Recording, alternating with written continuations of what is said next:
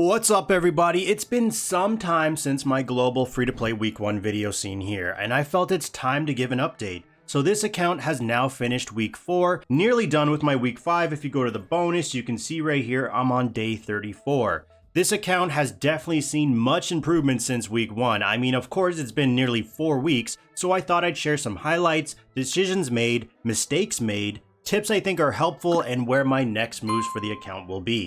Let's get it.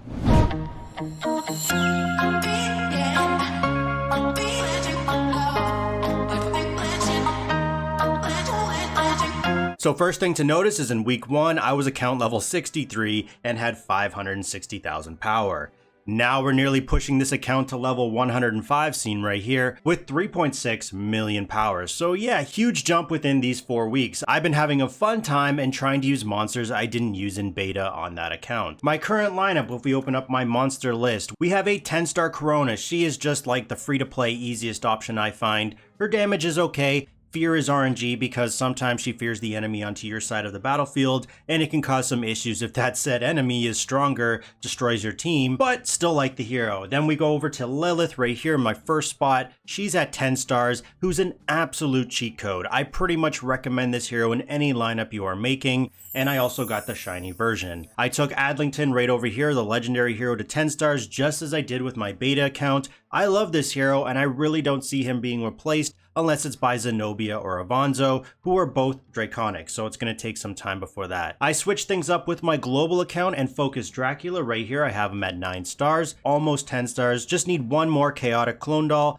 as I do already have the copies. If I click on my faction right here, you can see right there at the bottom. I can easily also build up a 9-star food hero, but he's been definitely crushing the content for me. I really like this monster, lots of lifesteal. I also run him with the Bloodthirst Glyph as well to boost that lifesteal. Plus his DPS isn't bad either. You'll definitely want at least one of these 3 frontliners in your lineup, which is going to be either Zenobia, Dracula, or Evosouls. And finally, I was running Octasia at 9 stars as well, but I swapped right up here to Undyne. I made her my first 11 stars due to being so lucky pulling her. I believe I got 2 copies from the random advanced soul. So if you go to your inventory, this right here is what I'm talking about. Let's try one for the video. I didn't get a Hellfire, but that's where I ended up getting 2 copies from. I got one over here from the regular summons, which is your gem gacha. And then I believe if we go over here to the Evo gem shop, which is your sacrifice shop, you can see right there I did buy 1 copy. I love this hero, very good DPS. It's also much easier to build regular faction monsters beyond 10 stars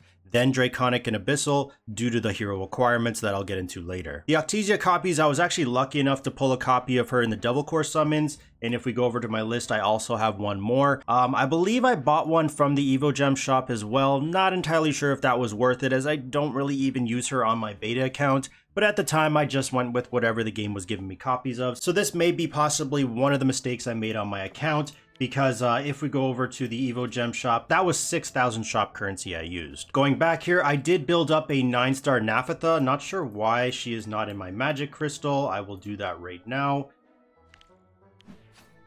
There we go. And then we'll go back here. So I did build up a 9-star Naphtha since I pulled a shiny version of her. And basically because I'm just waiting on hero dupes at this point, I wanted something to do.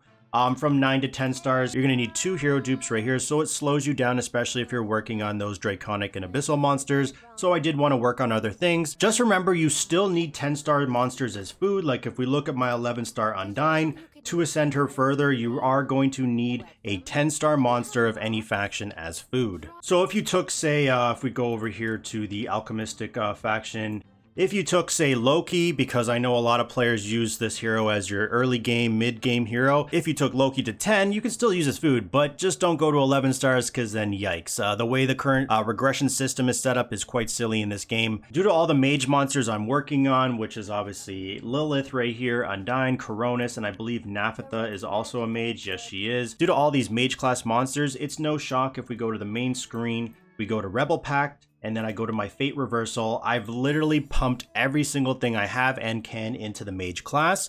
Right now we are working on a few more stats to bring to level 40. which is this one right here, Thundering. We're at level 39. And then we can work towards HP and then also hit rate. Once those get to level 40, we can then bring the main skill here to level 3, which is going to increase your mage class hero's attack. Overall, I'm super happy with my current lineup. It has DPS, CC, which is crowd control, and survivability. Lilith right here was the game changer for me. Overall, when I got her, she just skyrocketed my progression everywhere, whether PvE or PvP. I highly recommend for a big account boost. So since my week 1 lineup, I took my Loki that you can see right here on the screen from 9 stars, which I fed, and then I took my Siren, which I had at 9 stars, who I also fed. Now, if you were wondering, what if I have a shiny hero and I feed off that hero?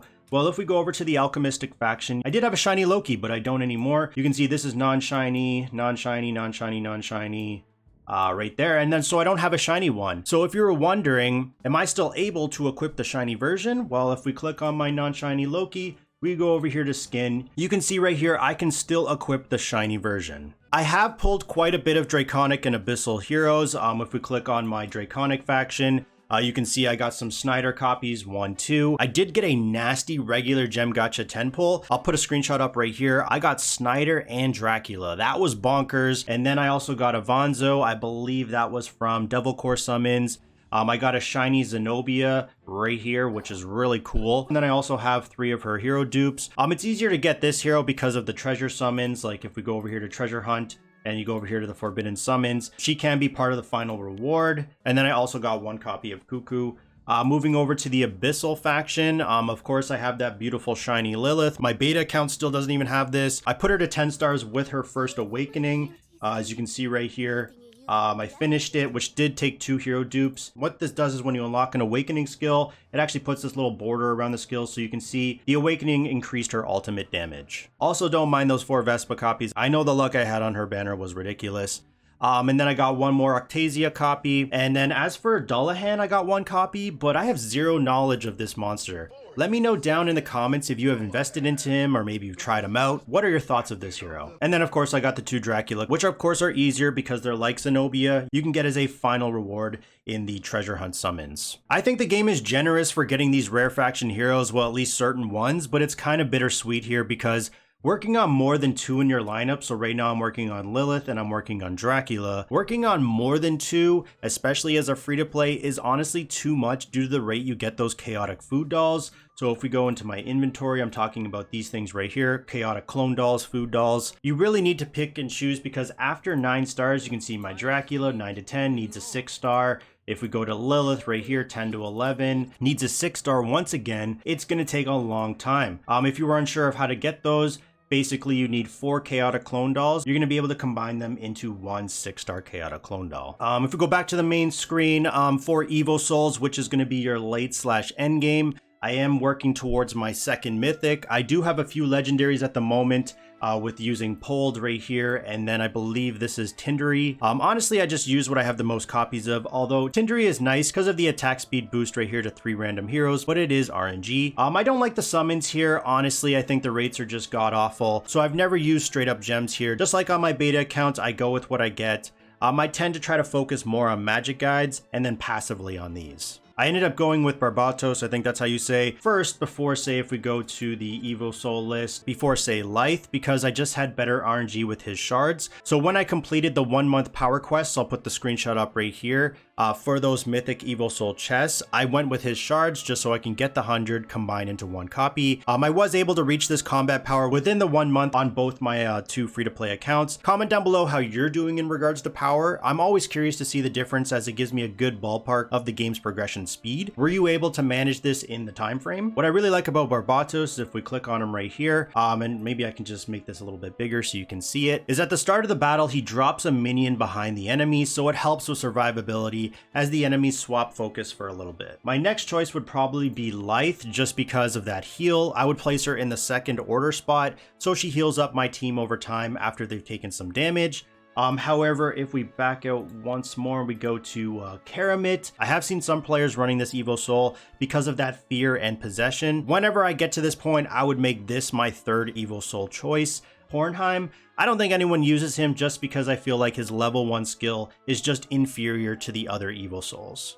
Now, if we go into gear-wise, my core 5 monsters in my lineup all have 2x legendary runes. So we have Lilith, we have Undyne, we have Coronis, we have Adlington, and then we have Dracula. I think this game does do a good job on the ability to forge and build these runes up consistently.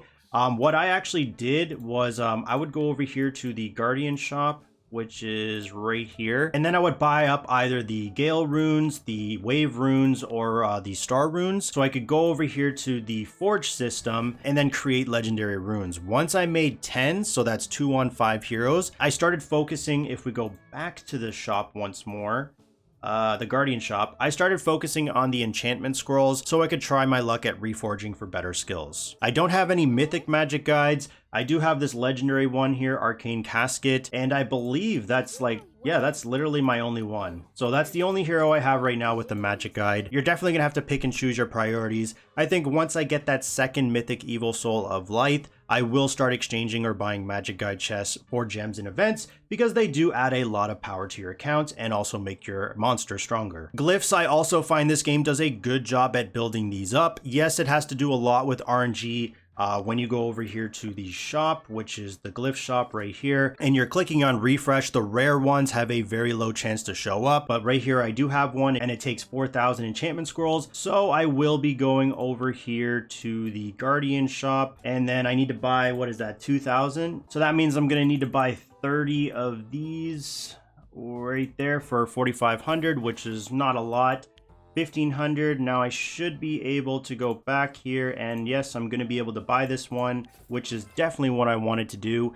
And yeah, that's basically what I've been doing. I've just been refreshing this shop, waiting for the glyphs that I want. I don't like the ones that need you to be in combat for like say 10 seconds in order to trigger. If we go on to my other heroes, I believe I ended up getting my composure glyph. This one's not bad, but I would recommend this for like say a backline hero so the chance to take damage is slightly less. But this probably is only good on heroes with lifesteal or if you have a healer in your lineup, because once I drop below 95% HP, I lose this 10% attack bonus. And then I also went with piercing, which ignores the target's def. I've also started this one up. If we go over to my Coronis, you can see I just have this one on her, which is your basic rare. Same as Adlington, I just put this one on him. Dracula, like I showed earlier, I did go for that Bloodthirst glyph to help boost his lifesteal gain. Moving into PvP, I know this is what a lot of people like to focus. We go over here to Void Clash, and I was able to reach Diamond 2 in the division. Maybe I could go further, but it all depends on the matchups. As I get matched against some super strong players, I'll probably just try to stay in Diamond 2, as I do get kicked out from time to time back to Diamond 1 before the season ends. But I am most likely going to try to stay in this division. If we go over here to Supremacy Throne and then we go into Archdemon Temple, I did make that Archdemon tier. I think I've been here for about 2 weeks or so. There are times I do get kicked out, similar to Void Clash, where I go back down to Supremacy tier and then I got to work my way back up, because in Archdemon tier, I'm actually sitting at a very low ranking.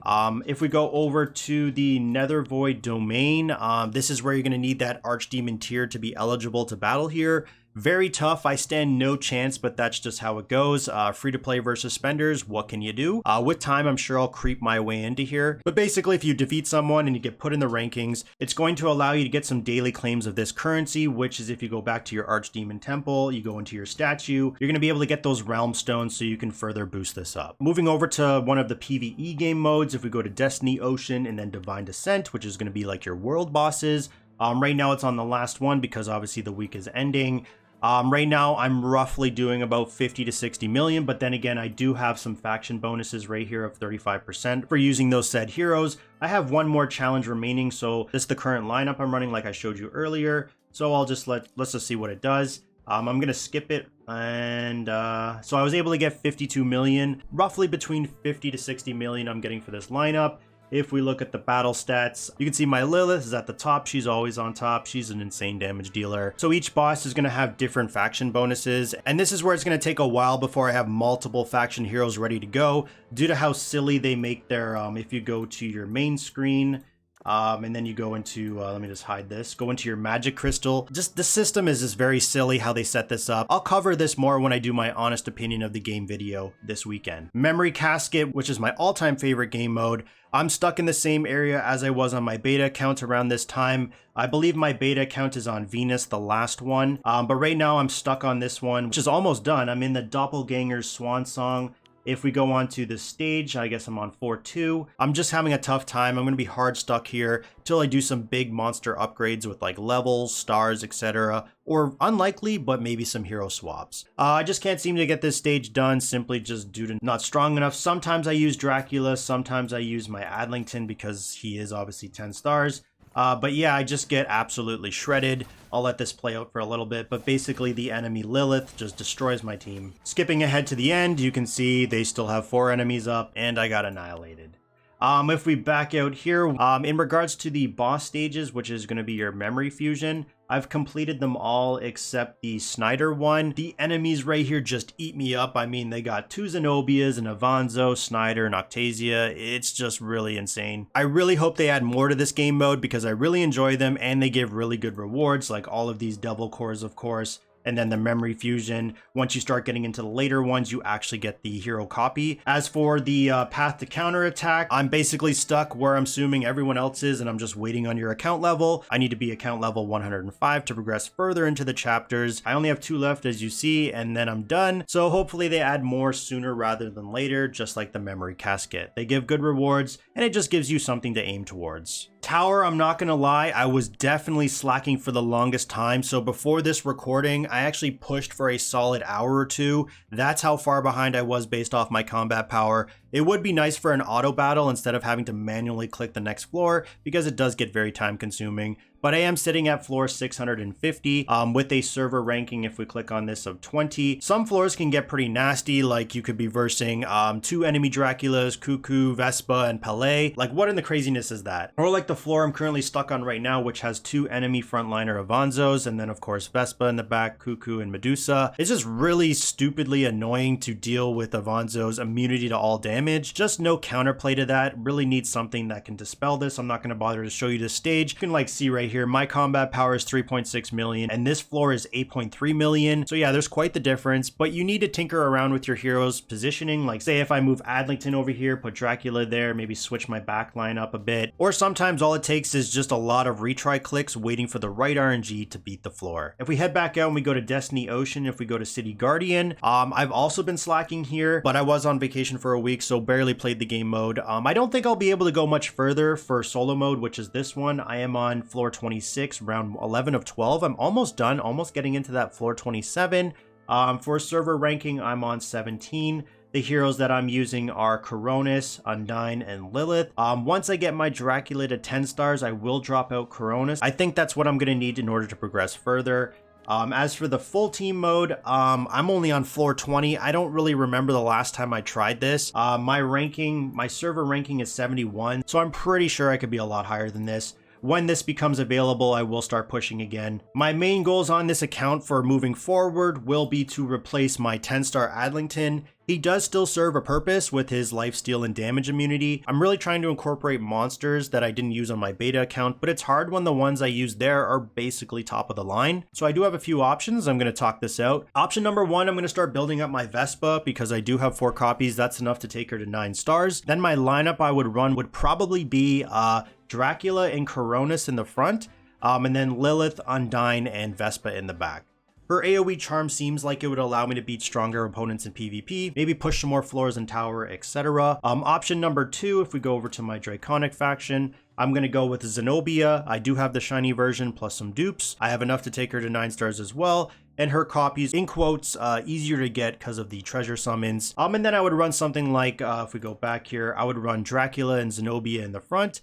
And then I would probably run Lilith, Undyne, and Coronis in the back. This will be a big time boost to my frontline survivability, allowing my backline to stay alive longer. Either way, I'm gonna have to put my Lilith on the back burner. I really wanted to take her to 11 stars, but because like I showed earlier, to ascend her, I will need a 6-star chaotic doll. And I think just using that chaotic food on starting other heroes like say Vespa or Zenobia will be the better option. And my last option I can think of for option 3, I'm basically looking for an Adlington Hellfire regular faction monster replacement. I did build ready. If we go over here to the natural faction, I built ready on my beta account. I took him to 10 stars, so this could be an option. I think he does fine. I've seen some hate on him in the Discord, but he has damage immunity right here based off how many heroes you have alive. He has a shield and he also has a stun. So survivability is decent, serves his purpose. He's just a damage soaker. I do run Undyne, which is part of the same faction, so that will help with the 2 monster faction aura bonus, but really you do have limited options. I do think it's unfortunate how much of a difference the Draconic and Abyssal heroes make over the regular faction Hellfire monsters,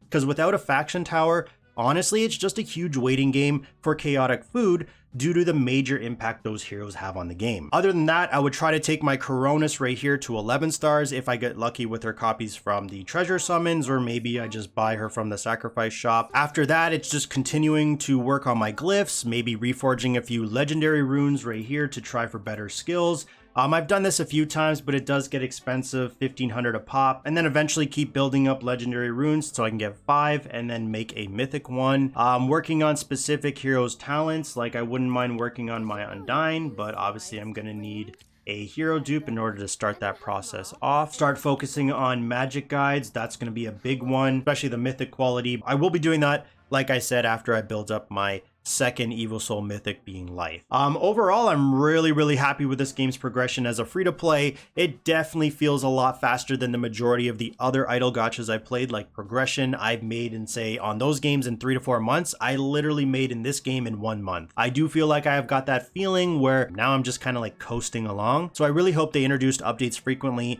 that include new game modes, new events. A lot of quality of life fixes are definitely needed so that players will stay interested. This is a pretty scary statement because if I'm saying this as a free-to-play, I can only imagine what spenders feel like. Because simple things like no faction tower, or campaign, no hard mode campaign, or no modes that require 2 to 3 lineups. So then it's like, what's the point of me just building up other heroes? I might as well just wait and wait and wait. It just makes me feel like, what am I really doing and looking forward to? Basically, all I'm doing is improving on what I already have.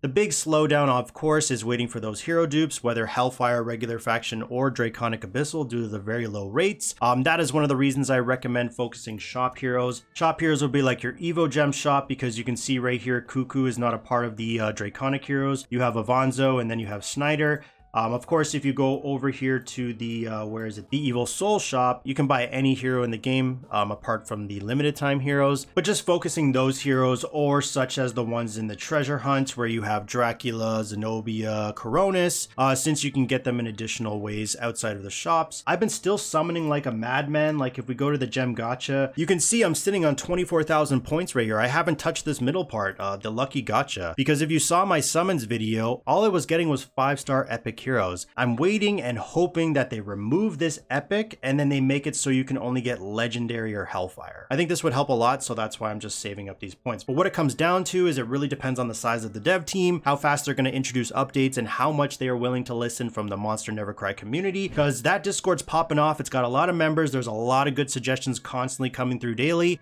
because this is a very solid game, but it still feels unfinished. Let me know down in the comments how you're doing, what you're looking forward to, and what is your favorite go-to hero. For me, it has to be Lilith. Honestly, get her if you can. She is broken. As always, thanks for watching, and stay tuned for the next one.